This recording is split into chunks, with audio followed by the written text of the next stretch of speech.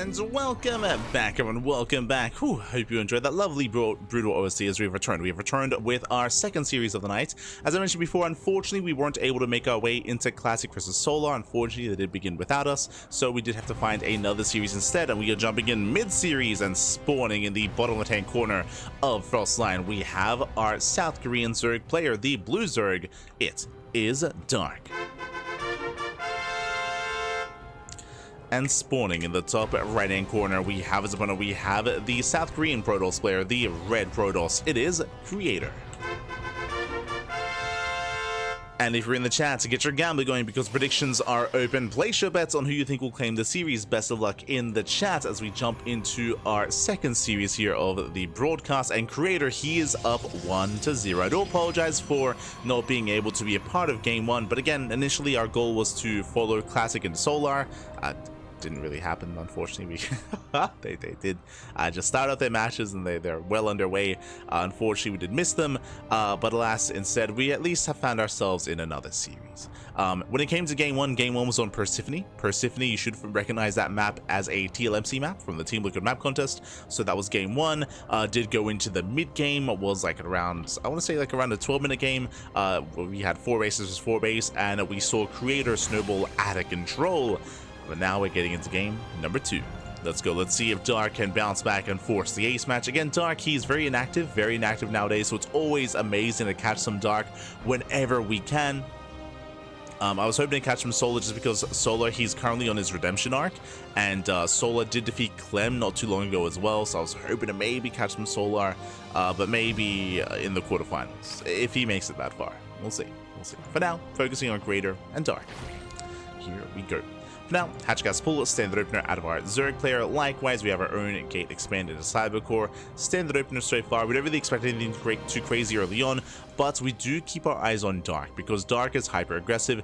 Dark, he often avoids late game. He's often hyper aggressive and he often goes for all-ins, whether it's Ling Queen Nidus all-ins or Queen Roach Ravager walks across the map, German taxis, Ling play, or even Ling Hydra all-ins on 3 bases is kind of what we expect out of Dark. Meanwhile, Twilight Council opener from Creator. Let's go. Does go for the Twilight Council. Does go for that Twilight Council here. And with this can be either an early Blink build or most likely early Glaives. This can also be early DTs into an early Dark Shrine. We'll see if he pulls out a gas. We'll see if he does pull out. If he stays in gas, this should be a Dark Shrine. Oh, let's hit Super Saiyan 2. I mean, again, if you've been following our chronicling of Solar's story over the last, like, what, 4 months, Solar, you don't rise unless you fall. And Solar, he's been slumping for, like, 4 or 5 months at this point. But last week, he had an amazing redemption. He had just amazing, just performance in a lot of tournaments. We did go over it during the podcast, so it's great to see the return of Solar. He is in form. Meanwhile, Dark Shrine opener here. So as we mentioned, stayed in gas, so DTs. So DTs here from Creator, as we did say. Back at home, Dark is going to be droning, getting his 3rd base. Dark has yet to go into the main base. The Overlord Scout was denied. He tries to poke in, but he doesn't really see much as to what's going on. We should be seeing a safety Roach Warren and a safety Spore out of Dark, just because he's unfamiliar or unaware as to what's happening. So Dark should be playing a safety. Yep, there we go. Safety Roach Warren. And we should be seeing a safety Spore here at the natural as well. Momentarily. The Roach Warren will help against Adepts, will help against even Archons.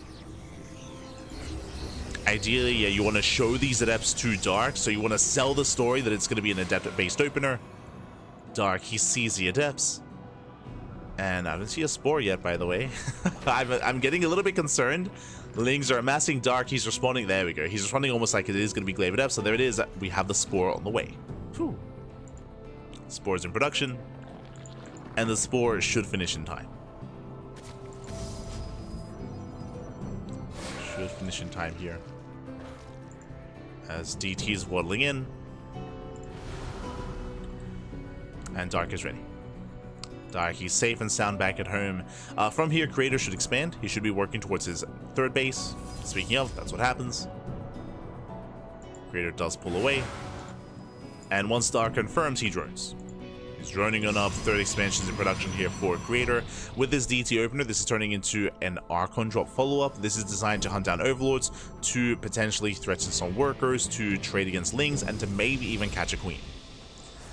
Really, more than anything, this does provide map control. It does allow Creator to just force Dark to be more defensive, and to allow Creator to expand.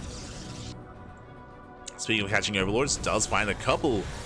Oh yeah, the Overlords are going to get picked off. Massive catch here for Creator. He gets one, he gets another. This is on Dark. Dark, he was aware of the DTs, yet he didn't pull away the Overlords. He's going to be losing 3, actually. Oh my god. Heavy supply block for Dark. Yeah, heavy supply block here. We have 4 Overlords in production. And Dark did slip up. This should not have happened. Archons, they keep moving in. At the same time, we have a massive Link counterattack. And Links are on the way. Back at home, Adepts are going to get surrounded. They do shade away in time. One Stalker does fall. Adepts, they should shade. Oh my god, not without losing 1, 2, 3 Adepts. Oh, Creator. Oh my god. Creator, he almost does go over the Queens. Pulls away, saturating his 3rd. Gonna be saturating, getting into Blink, +1, throwing down more gateways, getting to his own Immortal production, and getting into the mid game. And so far, I would say that Creator's in a better position. Creator, he was able to catch 4 Overlords, even here, catching out all these Lings. Does shave them off. Coming in for the Scout. And Dark, he's throwing this into Roach Hydra. So we're committing into a Roach Hydra based composition. We'll see if Dark saturates his 4th. For now, Dark, he's on 69 workers. Nice. But this is looking like a 3 base all in. It's looking like Dark, he's going to just mass up with Roach Hydra on 3 bases. Work towards these upgrades, of course, but then just commit and max out. Which is what we expect out of Dark. So we'll see if he drones. If he drones, then, you know, I have to eat my own words and be like, okay, so Dark is going to throw down like an Infestation Pit and a Lurker Den and get into Hive Tech and actually saturate. But it doesn't look like that's what's happening. Meanwhile, Creator, he's moving up very early on here. I'm a little bit concerned. The War Prism is back at home. So this is, yeah, risky for Creator. Has to be careful. Especially because, again, Dark is not droning. Dark is not droning. Hallucinations, they get eyes on the 3rd base saturation.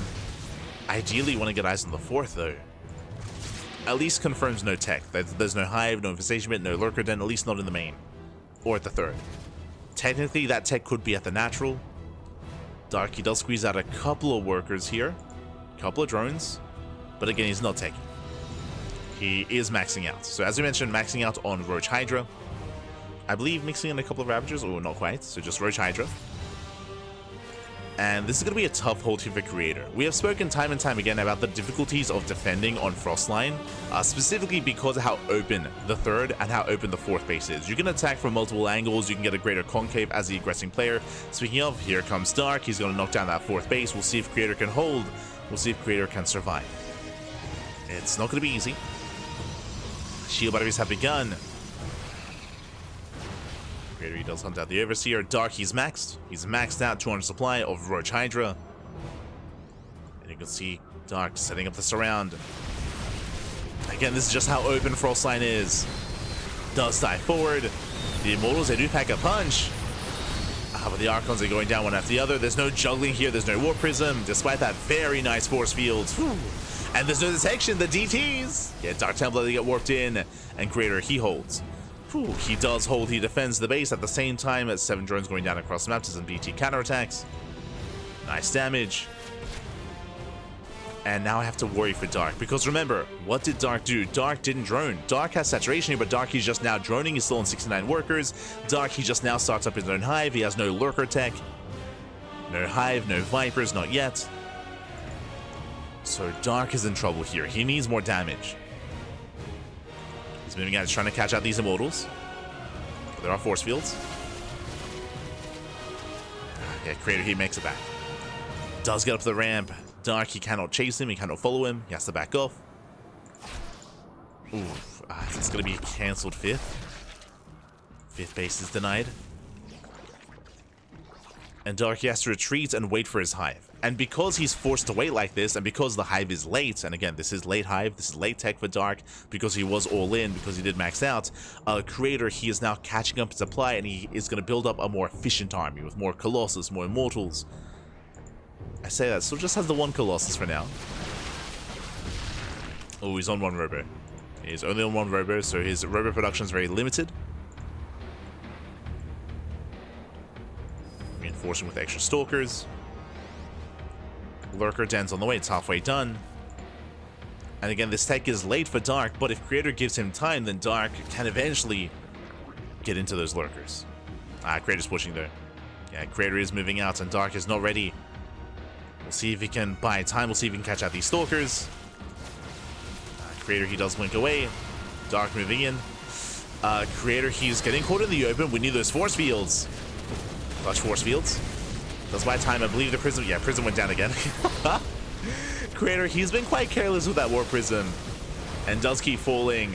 And here we go, Dark coming in for the full surround. Oh, this time coming in from behind, getting on top of the Immortals, and Dark, he will surround the army. And Creator here overextended. He overextended specifically without that War Prism as well. Stalkers, they reinforce, that's just too many losses here for Creator. And Dark, he's done it. He has survived long enough to get into Hive Tech, to start up upgrades to get into Lurkers. To get into those Lurkers. There it is, Lurker upgrades are on the way. Now suddenly the death blow of an army that Creator once had with Immortals, with Archons, with Colossus, it's gone. Suddenly he lost everything and now it's only Stalker. So Dark, he's in the driver's seat.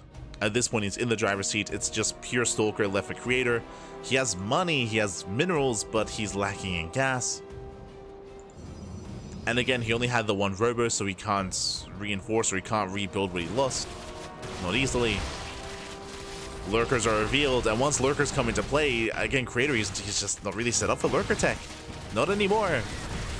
He had his window, he had his timing, and he missed it. Creator did miss it. Now here comes Dark, now with the Lunkers, Poppy. The Lunkers have arrived, Lurker range about to finish up. It's purely Blink Stalker here out of Creator, does catch out some reinforcements. Oof. But has to pull away. And pure Stalker like this doesn't scale well. It just doesn't scale well here against a higher Lurker count. He does catch one, he does catch two Lurkers. Oh god, still brutal losses though. And Dark, he's going for the kill. He's going for the kill. He's going for the throat. Creator, he's not. Oh no! He gets called out. He gets around a GG, gets called, and Dark ties up the series. We are going to the ace match. Whew, GG. We are going to game 3.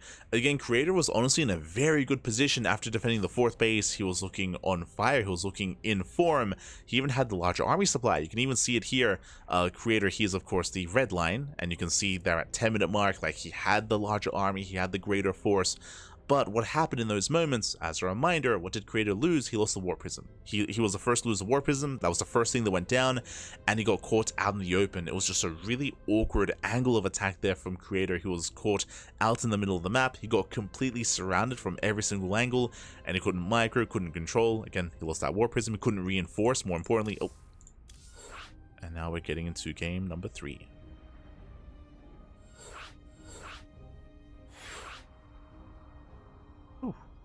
Getting into the ace match, and we'll see how this story ends. We'll see if this goes the way of Dark or Creator. We have seen both players excel, both players do well. Makes sense that we've made it to the ace match, and honestly, this could go either way. This could go either way. The pressure is on, as game 3 is going to be on Ultra Love. Oh boy. Ultra Love is going to be coming up next. And it's going to be an interesting one. It's a smaller map of the map pool, true, is a smaller map. I expect, once again, more aggression out of our Zerg player. And here we go, spawning in the top right-hand corner of Ultra Love. We have our South Korean Zerg player, our blue Zerg. It is Dark. And spawning in the bottom left-hand corner, we have the red Protoss player.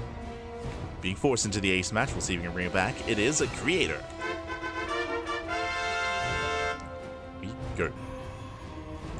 Now, Ultra Love is an interesting map. Ultra Love is a smaller map, smaller than Frostline, so shorter rush distance by ground, so aggression will hit faster and will hit harder. That is true. So when I look at Dark and when I look at Ultralove, I do see like 2 or even 3 base all-ins, similar to what we saw last game, where Dark, he only droned up to 69, and then he maxed out on Roach Hydra. The push failed, and he wasn't able to break Creator, but that's kind of more what I expect here out of Dark. It's just very committed play from him. On the flip side though, yes, it is true that the map is small and the rush distance is shorter, that is all true, but at the same time, to make up for that, the bases are more defendable. So here at the linear third base, we have a more narrow choke point. Compare this third to the third bases on Frostline. We mentioned it, on Frostline, it can be very difficult to defend those locations and defend those bases just because of how open Frostline is. Here, a lot of choke points. There's more choke points. Even here in the center, we have a bridge. We have another narrow bridge here. We have a ramp that's also narrow. We have another ramp on the right-hand side, also narrow due to those rocks. So there's a lot of choke points here on Ultralove. So if the defending player is a little bit more proactive, you can make use of these ramps, you can make use of these choke points, and you can take these better fights even with a smaller army. Likewise, here we have the indestructible tower. Tower can be knocked down. You can wall this area off. So there's a bit of a give and take here. Typically, because there are so many choke points, we often see a lot of all-ins actually avoid the third and go straight in between the bases instead, and straight for the natural.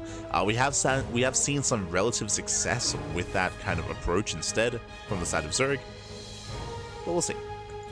We'll keep an eye on Dark. Again, I'm assuming he's going to be aggressive, but even if that's true, there's a lot of different forms of aggression and layers of aggression as well. Whether it's Nidus-based, Roach-based, Ling Hydra-based instead, even Ling Bane. Once again, Twilight Council from a Creator. Now, we saw this last game from our Protoss player. If you remember, last game he didn't pull out a gas, which meant it was a Dark Shrine opener into DTs into an Archon drop. We expect to see that here as well, unless he pulls out. If he pulls out a gas, then we expect Glaives. So we'll see which one he does opt for. If he pulls out a gas or stays in. Back at home, Hatch gas spawned to a third base, standard built here by Dark. Meanwhile, stays in gas, should be a Dark Shrine. Now, the other option this could be is if it is Glaives, it could be Glaives plus Dark Templar and plus a Dark Shrine, but the probe is in position and is about to throw it down. There it is. Dark Shrine is on the way. So the same opener that we saw previously, and as we saw, like, this opener isn't all in. It is aggressive, that is true, and it needs to get damage done, but this leads eventually into an expansion into a third. The DTs are designed to get economic damage, the Archons are designed to keep Dark busy, to hunt down Overlords. Last game, 4 Overlords were killed. That was just so much damage early on, getting 4 Overlords in Game 2. Here in Game 3, we'll see if Creator can be as successful with his DTs and Archons.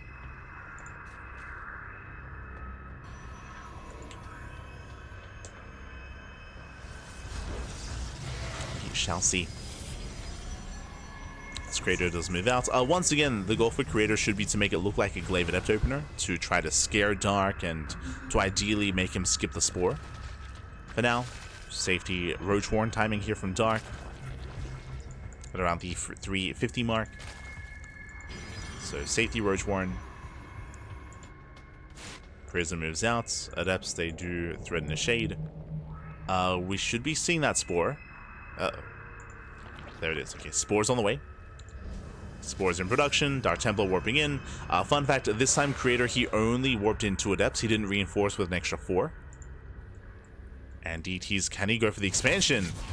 Oh, Prism takes a lot of hits. DT's going for the Queens, and he doesn't get them. Clutch transfuse, Queen survives, Spore's about to finish, and instead DT's are going for the third, but the Spore's repositioning. Yeah, Spore does reposition. DT's are head towards the main. We have 1 Dark Templar here at the natural. Drones are going to be going down, but he gets 1. Just the 1. Oh, can he even go for the spawning pool? Oh. Yeah, checks the main. Sees that there's a Spore. Meanwhile, gets another drone. DT walls away. Yep, going for the spawning pool. Spore repositions. The spawning pool may still go down though. Oh, it's gonna be close. Survives. And all in all, so far, a good defense here by Dark. So far, good defense. And now we should be seeing those Archons. Dark, he lost 2 drones. He was forced to reposition, but more than anything, Dark, he does defend quite well. A couple of these overlords have not pulled back. Ling's going for a counterattack. There are less adepts to defend. Oh. Remember, there are less adepts. And Ling's able to surround. Meanwhile, the Archons, they attempt to trade. So far, oh my god, the adepts do survive. Not sure how, but Creator, he hasn't lost anything yet. Not so far. So these are nice trades, but no major losses for Dark. As Creator, this time he does go for very early Immortal Production. So he starts Immortal Production earlier than previously. Again, he did skip Adept Weapons in favor of the faster Robo. This feels like a risky move here from Creator. He wants those roaches. He does want them, does earn them away. Oh, one Archon gets picked up. And Creator, he did miss the pickup. But Creator, he will shut down every single one of those roaches. Roaches are going down. The Queens are in position. Another Overlord's going to fall. But Dark holds. Dark is holding on. Creator still amassing up more Immortals. Dark going for a Ling run by. Creator is, for the most part, in position. Will defend. Charge is revealed. Going into charge instead of blink also confirms that Creator, he's going to go for a charge timing with Immortals and Archons. He's going for a big 3-base push. Creator is being more aggressive than previously. And Dark, upon seeing charge, knows that. So he sees the army composition. He should be aware. And back at home, Dark, he's cutting workers once again at 69. That's 3-base saturation. And massing up Roach Hydra. Similar to the previous game. Except this time Dark is going to be the defender. And I'll be honest, I favor Dark more so in this position than last game. Because Dark is not over-droning, he's not being greedy. Dark, he should be ready for this. He should be. And he is. Like, it feels like Creator's playing into Dark's hands. Like, Dark, he wasn't going to drone to begin with. Like, he was like he was already going to mass up an army anyway.